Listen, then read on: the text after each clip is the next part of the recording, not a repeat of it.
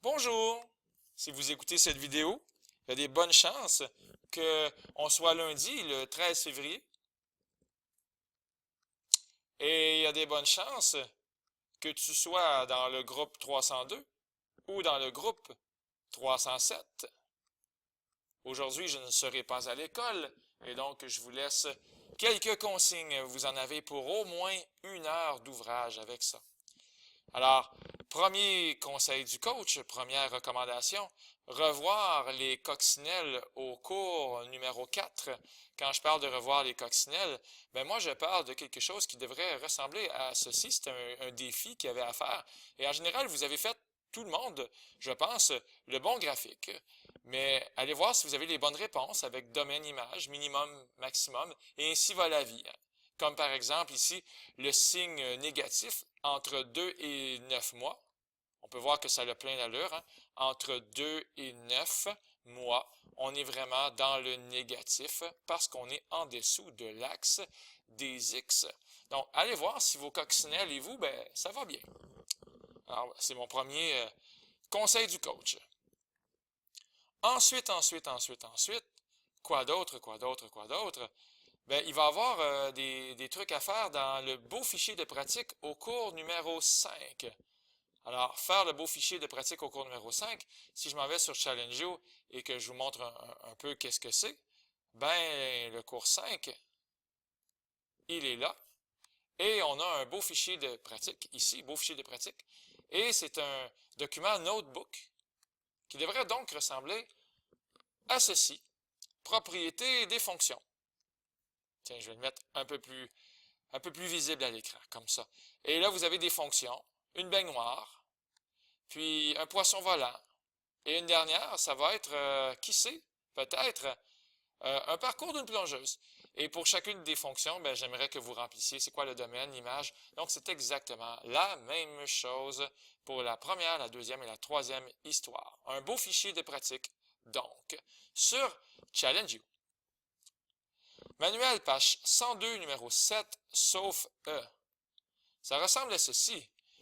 Soit les 4 fonctions suivantes représentent ces fonctions. Bon, quand je dis représente, là, ça peut se faire quand même assez rapidement. Y est égal à 24 moins 5x. Par exemple, si je m'en vais sur GeoGebra et je tape y est égal à 24 moins 5x, ben, on s'attend à quoi? On s'attend à quelque chose, une droite qui descend, parce que le taux de variation ici, moins 5, c'est négatif. Et là, on voit peut-être pas grand-chose, mais si je triche un peu en faisant quelques étirements comme ça, on voit vraiment que la valeur initiale, c'est 24. D'ailleurs, on le voit ici mieux, y est égal à moins 5x plus 24. On peut se faire une esquisse, on n'est pas obligé de faire un super de beau graphique. Ça prend quelques secondes à peine faire une esquisse. On peut dessiner les axes, tout simplement, et faire une droite qui descend, qui descend et qui descend. Et on est conscient que c'est 0,24. Ici, le point qui est là. Mais si je retourne à la question, à la photo de notre ami, la page, quelle page déjà? La page 102, numéro 7. On dit pour chacune des fonctions, on détermine la valeur de x pour lesquelles la fonction est négative. Ben, c'est peut-être là que ça devient un petit peu plus difficile. Mais non, c'est pas si difficile que ça. Je vous rappelle que la fonction, elle est négative. Bougeons un peu le graphique, tiens, comme ça. La fonction, elle est négative ici, lorsqu'on est en dessous de l'axe des x. On veut savoir à partir de quel moment ou à partir de quel point sur l'axe des x on est en dessous. Donc, il suffit de trouver les coordonnées du point. Ce point-là, on sait que y vaut 0. Ce qu'on ne sait pas, c'est la valeur de x. Alors, tout ce qu'il suffit de faire, c'est demander à la règle. La règle, c'est y est égal à moins 5x plus 24. On veut savoir pour quelle valeur de x, y vaut 0. Alors, une petite algèbre de secondaire 2 devrait faire l'affaire. Et on va donc trouver x qui est égal à 4,8.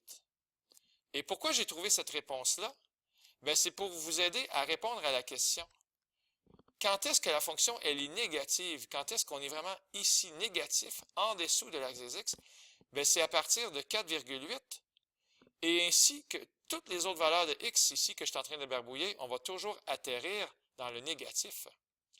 Donc, la réponse serait x est élément de 4,8 à l'infini.